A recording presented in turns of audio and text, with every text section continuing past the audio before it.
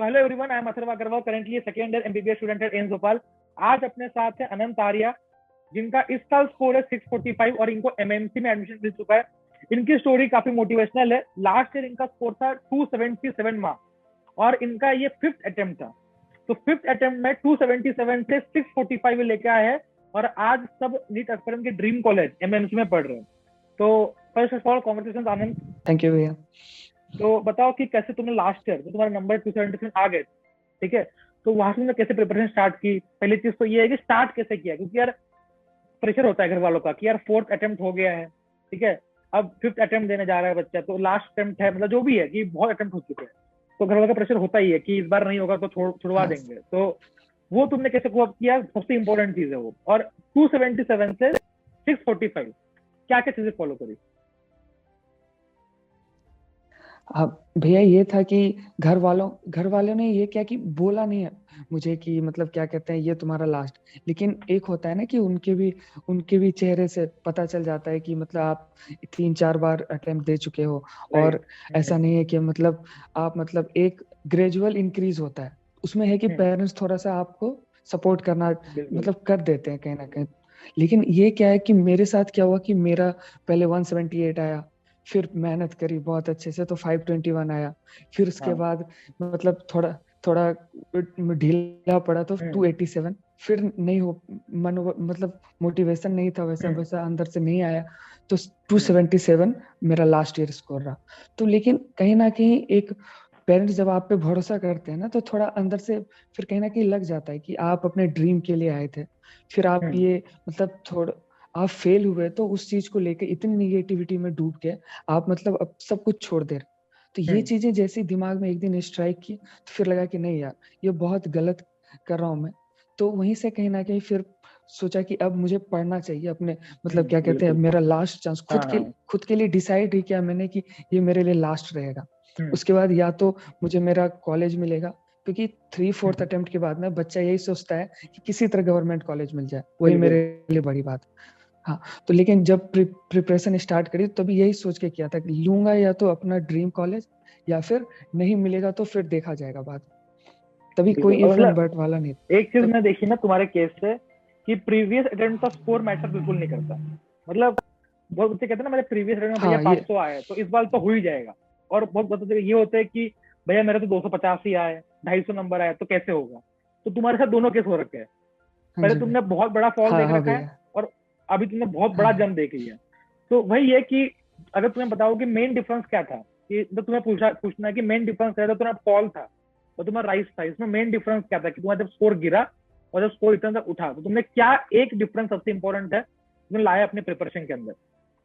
जो मेरे फॉल का रीजन था, अगर मैं फॉल का 521 से 287 का, वो था खुद पे सेल्फ डाउट।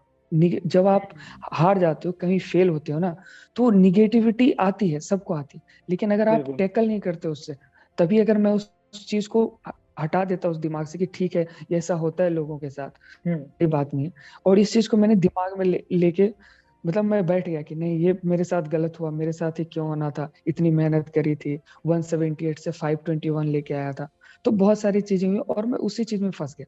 तो ये था कि खुद पे सेल्फ डाउट करना, सब आजकल जो बच्चे करते हैं ड्रॉपर खास करके, कि सेल्फ डाउट करके बैठ जाते हैं, उनको लगता है कि यार मेरे से उस बार भी नहीं हुआ, ठीक है इस बार भी देखते हैं कुछ ना कुछ। उसके स्टेटमेंट से ही आपको पता चल जाएगा वो कितना निगेटिविटी से घिरा हुआ है। अभी मेरे दोस्त भी हैं, कुछ दोस्त थे, तो उसका एक ही स्टेटमेंट था मुंह से निकलता था, यार किसी तरह कुछ हो जाए, बस ऐसा ही था। तो वो एक मेरा था, लेकिन जहां मेरा जंप आया उसमें ये था कि अंदर उसमें मैंने पहले से ही जिस बार मेरा जंप आया था 178 से 521, उस टाइम भी मेरे अंदर कोई भी मतलब सेल्फ डाउट नहीं था, क्लियर किया हुआ था मेरा विजन कि मुझे तो मेहनत करना है, और उस बार भी बहुत अच्छा जंप मिला। फिर उसके बाद वही निगेटिविटी आई, लेकिन फिर इस बार जो 277 से 647 उसमें भी यही अपने सारे लिस्ट बनाए जो भी होते हैं, आपने क्या क्या गलतियां की इतने बार में, उसको बिल्कुल नहीं रिपीट करना था, ये कसम खाया हुआ था फर्स्ट डे से, और वही हुआ कि उस चीज को बिल्कुल रिपीट नहीं किया और लास्ट में आज 647 आया। बढ़िया। तो तुमने प्रिपरेशन स्टार्ट करी थी कब स्टार्ट करी लास्ट ईयर? लास्ट ईयर भैया अगस्त में स्टार्ट करी थी मैं, सितंबर से अगस्त, मतलब लास्ट नीट के बाद? हाँ नीट के बाद। और उसके बाद प्रिपरेशन, मतलब तुमने लगभग 8 से 10 महीने पढ़ाई की है अच्छे से। हाँ 8 से 10 में। ये है कि तो अगर कोई 6 महीने पढ़ाई कर ले, जो 6 महीने बचे नीट के लिए, तो क्या तुम्हें लगता है कि तो तुम्हारा शेड्यूल होगा वही कोई बच्चा फॉलो करेगा जो अभी प्रिपरेशन कर रहा है? तो एक बेसिक आइडिया होता है, सबका शेड्यूल जैसे अलग होता है, बट स्टिल कि तुम अपना बेसिक आइडिया होता है कैसे पढ़ते थे, मैनेजमेंट कैसे होता था कि इतने कम स्कोर से इतना हाई स्कोर जाना है, तो कैसे, मतलब physics chemistry bio, time management कैसा था, मतलब दिन भर में कितना पढ़ना, कब रिवीजन, सब सारी चीजें। तो भैया जैसे कि मेरा सेल्फ स्टडी था, मैंने कोई भी कोचिंग नहीं ली इस बार। ये एक तो सबसे पहले मेरे लिए बहुत बड़ा रिस्क था कि मैंने कोई भी कोचिंग कहीं से नहीं ली, सोचा कि सेल्फ स्टडी से निकालूं। तो उसके लिए सबसे पहले क्या होता है कि खुद को जानना होता है आपको कि आप किस तरह से पढ़ाई कर सकते हो। जैसे मेरे में था कि मेरे अंदर था कि हमको लिंक करके पढ़ना है। जैसे अगर इनऑर्गेनिक ही पढ़नी है तो मुझे उससे लिंक चैप्टर जो है साथ साथ चलना चाहिए। जैसे ऑर्गेनिक है, उसमें आपको क्या कि आप एक इंडिविजुअल चैप्टर पढ़ के नहीं छोड़ सकते। ऑर्गेनिक में आपको रिएक्शंस भी याद रखने पड़ेंगे, नेम्ड रिएक्शन भी आना होगा आपको, सबको। तो जैसे मैंने ऑर्गेनिक स्टार्ट किया था, तो ऑर्गेनिक के सारे चैप्टर्स को पहले एक तरफ से मैंने कंप्लीट किया। फिर उसका एक शेड्यूल बना दिया अपने लिए कि रात को जैसे जब जब मेरा सबसे होता है ना कि हाँ आप 12 घंटे की पढ़े, तो मैंने वीक आवर में ना रिवीजन का टाइम दे दिया कि जब मुझे नींद आएगा खाना खाने के बाद तो मैं उसको वही रिवाइज वही। करूंगा। तो हाँ, तो मैंने वही किया कि जब भी मेरा रिवीजन का कोई भी सब्जेक्ट रहता, मैं उसको वीक आवर में रखता, ताकि मेरा प्रोडक्टिव आवर एक नए चैप्टर के लिए, नए शेड्यूल के लिए हो काम है, और वीक आवर को मैं रिवीजन में लगाऊं। लाइक मैं यही कहता हूँ तो मैंने मोस्टली इस जो तरह से। जो बच्चे अच्छा करते हैं, होता क्या ना गलती की, बच्चे सोचते हैं कि हम लोग रिवीजन के लिए अलग अलग टाइम निकालेंगे हर रोज 1-2 घंटे, बट वो नहीं हो ये नहीं पाता। जो तुम्हारे वो हो जो नहीं तुम्हारा पाता। खाली टाइम है, जैसे मान लो तुम खाना खा रहे हो, या तुम मान लो कहीं क्लास हम्म, जा रहे हो अपने, या मान लो कि तुम कहीं घूम रहे हो टेरेस के ऊपर, यानी जो भी तुम कर रहे हो उस टाइम में यूज करते हैं रिवीजन का, राइट? हाँ भैया। जो छोटे छोटे गैप्स जिसमें लगता है कि तुम प्रोडक्टिव नहीं हो, बिल्कुल उस टाइम को रिवीजन के लिए यूज करो। ठीक है, चलो। रिवीजन उसके के लिए बाद यूज करो। सेल्फ स्टडी, तुमने मतलब इतना बड़ा स्कोर का जंप लिया सेल्फ स्टडी से, मतलब कहाँ से पढ़े सेल्फ तुम, स्टडी यूट्यूब से। से कि कोई ऑनलाइन बैच? नहीं, कोई ऑनलाइन बैच नहीं। बायो बायो के लिए तो मैंने एक भी लेक्चर नहीं देखा। बायो के लिए एक भी? जो भी था एनसीईआरटी, एनसीईआरटी पर एक बार मन किया कि फोटोसिंथेसिस का लेक्चर देखूं, लेकिन मुझे लगा कि जितने में मैं उसमें टाइम लगाऊंगा हाँ लेक्चर देखने, उससे अच्छा है कि बिल्कुल। एनसीईआरटी मेरा कवर हो जाए, दो तो दो बार मैं पढ़ लूंगा। तो बायो फिजिक्स केमिस्ट्री तीनों सब्जेक्ट है, तो कहाँ से, मतलब कहाँ, अगर मान लो तुम कोई चैप्टर पढ़ रहे हो तो खुद से तो पढ़ ही लिया, बट कहाँ से और पढ़ते थे, लाइक यूट्यूब हो गया या कोई टीचर हो गया? हाँ, तो जैसे कि एलन के कुछ लेक्चर थे मेरे पास, क्योंकि मेरे पास ठीक है। नोट्स था एलन का, मेरा एलन पढ़ा का हुआ था 1 साल तूने एलन। ज्यादा मटेरियल हाँ पूरा पूरा एलन का फॉलो किया? हाँ, एलन का जो मेरे बायो पास के लिए मटेरियल भी? था। नहीं? नहीं, बायो के लिए नहीं, बायो के लिए सिर्फ एनसीईआरटी। ठीक है, तो यही है, बायो देखो के लिए तो मतलब आप कुछ सोच ही नहीं सकते। हाँ एलन का मटेरियल काफी अच्छा है, ठीक है। अगर तुम ऑनलाइन पढ़ भी रहे हो, यूट्यूब से पढ़ भी रहे हो, तो कहीं जुगाड़ कर लो, ठीक है। एलन का मटेरियल काफी अच्छा हाँ है, फिजिक्स केमिस्ट्री का काफी अच्छा है, बहुत बढ़िया। बायो काफी के लिए अच्छा। तुम छोड़ सकते हो, बायो की जरूरत भी नहीं करने की। सेम चीज मैंने भी की थी कि अब बस नहीं है फिजिक्स केमिस्ट्री जरूरत। सॉल्व कर लो, हाँ बस फिजिक्स केमिस्ट्री एलन से सॉल्व कर लो, बायो तुम अपना एनसीईआरटी करते रहो, राइट।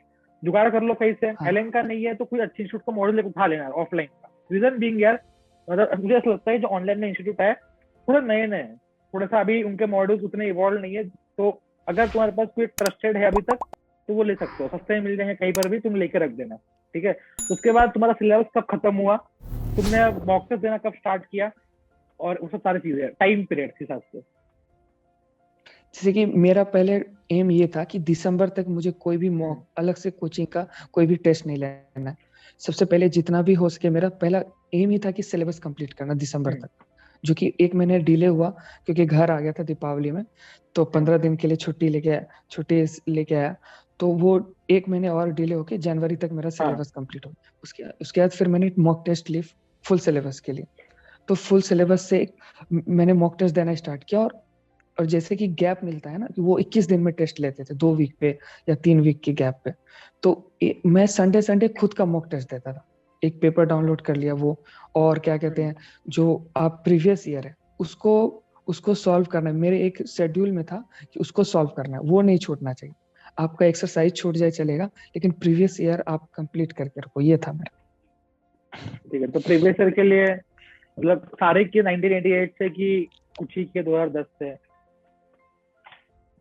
नहीं, 2008 से मैंने स्टार्ट किया। 2008 से किया, ठीक है। और जो मतलब उसके बाद तुम्हारा स्कोर था टेस्ट के अंदर, उसका क्या पैटर्न था? मतलब स्टार्टिंग से स्कोर अच्छा आ रहा था टेस्ट के अंदर कि 270 से स्टार्ट किया था तो थोड़ा टाइम लगा ऊपर जाने में? क्योंकि ये बहुत बच्चों को जानना होता है कि स्कोर कैसा मैटर करता है। अभी अभी आपके व्यूवर को बहुत शौक होगा कि मुझे आज तक किसी भी एलन के या आकाश के टेस्ट सीरीज में 600 प्लस नहीं है। बिल्कुल, हाँ। और कभी नहीं आया। और लास्ट एग्जाम में खुद पे सेल्फ डाउट होने की वजह से मेरा आज 690 हो रहा था, आज 647 पे आया मार्क्स। क्योंकि लास्ट में मैं सोच के गया था, एक होता है आपके अंदर की लास्ट में कम से कम 600 प्लस है, तो मेरा नहीं आया, मेरा और भी कम हो गया। वैसे 600 के आसपास रहता था, 595 590, लेकिन लास्ट टेस्ट में मेरा 570 हो गया। ऑल इंडिया टेस्ट सीरीज होती थी उसमें, तो उससे थोड़ा डर लग गया कि यार पता नहीं फिर से कहीं कुछ गलत तो नहीं होगा। लेकिन ये था कि एलएन में आप बायोलॉजी भी थोड़ा बाहर से पूछते हैं, क्योंकि मैं सेल्फ स्टडी कर रहा था, मेरे पास एनसीईआरटी का कंटेंट पिछले साल का वो सब कुछ मेरे पास था, वही वही फॉलो मेरा हो रहा था। लेकिन वहां थोड़ा बाहर का पूछते हैं तो ऑब्वियस बात है थोड़ी मार्क्स कम आएंगे। तो ये था मेरे में। तो मेरा एनसीईआरटी पे ज्यादा फोकस रहा इस बार। और लेकिन कभी मुझे 600 प्लस नहीं आया था कोई भी और टेस्ट सीरीज में। स्टार्टिंग में क्या स्कोर हाँ, था मैं तुम्हारा जब तुमने स्टार्ट किया? स्टार्टिंग में क्या स्कोर था? स्टार्टिंग मेरे 350 के आसपास, 360 से स्टार्ट हुआ था मेरा। 360 से स्टार्ट हुआ, ठीक है। मतलब 270 से बेहतर ही स्टार्ट हुआ, स्टार्टिंग से पढ़ाई की है। हाँ, और मेरा स्टार्ट ही मैंने फुल सिलेबस देना स्टार्ट किया था। तो वो क्या था कि मेरा फुल सिलेबस दे के आया पहले टेस्ट में, तो 360 है। लेकिन भैया मैंने क्या किया, मेरा जो मार्क्स बूस्ट अप हुआ उसके बाद मेरे 100 मार्क्स, फिर 50 मार्क्स, ऐसे करके मैं 600 तक गया। मेरे मतलब ऑफलाइन टेस्ट में मुझे 620 630 आते थे, लेकिन हाँ, मैं जब देने जाता था ना कोचिंग, वहां नहीं हाँ, आया कभी। कभी ये नहीं। हुआ मेरे साथ। हाँ, तो उसके बाद मेरे में क्या था कि अगर मैं 3 घंटे का पेपर सॉल्व कर रहा हूँ वहां, तो फिर वो पेपर आके मैं घर पे भी सॉल्व करता था अपने रूम पे। बिल्कुल, हाँ। जैसे कि 2 से 5:30 5 मैंने टेस्ट सीरीज दिया, फिर 6 से लेके 9:30 बजे 10 बजे रात तक मुझे एक एक क्वेश्चन फिर से मैं गो बिल्कुल, थ्रू हाँ। करता था। बहुत इम्पोर्टेंट है। फिर पे हाँ, यही इंपॉर्टेंट है सबसे ज्यादा। अगर बिल्कुल, लास्ट में आप सिलेबस करके बचते हो जाता है, आपका टाइम मिलता है, तो आपके लिए बहुत बड़ा बूस्ट है। आपका कॉन्सेप्ट भी, एक एक टॉपिक के क्वेश्चंस मिल जाते हैं, कभी कभी आपको कभी कभी एग्जैक्ट क्वेश्चन मिल जाता है। तो वो मेरा हुआ कि मैं 3-4 घंटे उसको फिर से टाइम देता था हर एक क्वेश्चंस को। जो क्वेश्चंस मुझे नहीं आए या मेरा डाउट था या मेरे 50-50 चांस वाले, उसके मैंने 3-3 नोट्स बना के रखे थे, फिजिक्स केमिस्ट्री बायो।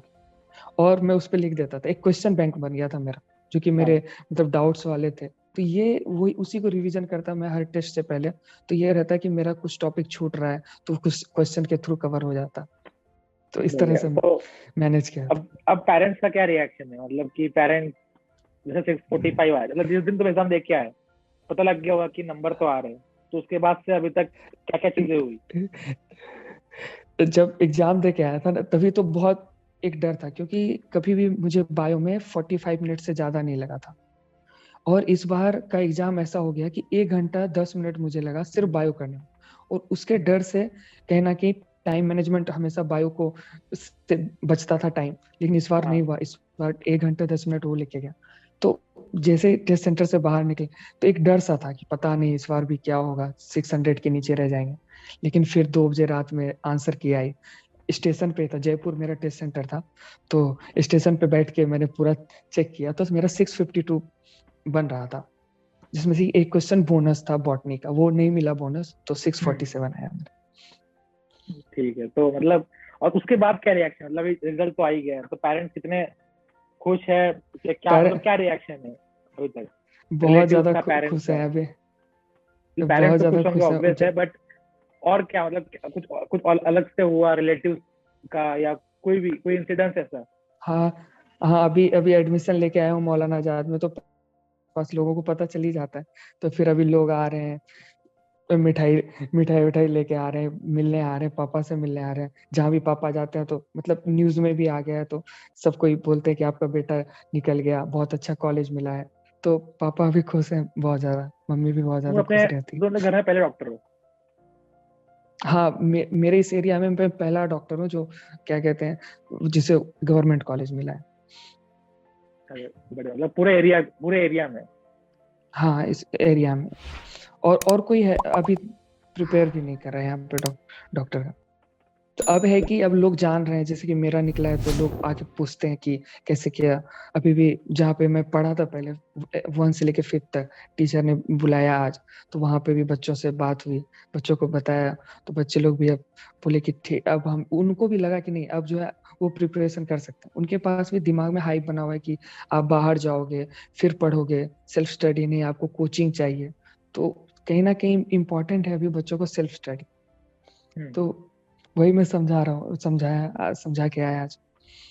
अगर एक लास्ट क्वेश्चन अभी है, तो अगर तुम लास्ट के 5 साल देखोगे, जो तुम्हारा स्ट्रगल था, अगर तुम्हें डिफाइन करना है किसी वर्ड में कि यार मतलब, या फिर लाइंस में कि क्या था बेसिकली, तुमने क्या देखा और कैसे कोप किया, तो ये थोड़ा एक बेसिक इंट्रोडक्शन, मतलब बेसिक वो है आउटरो टाइप।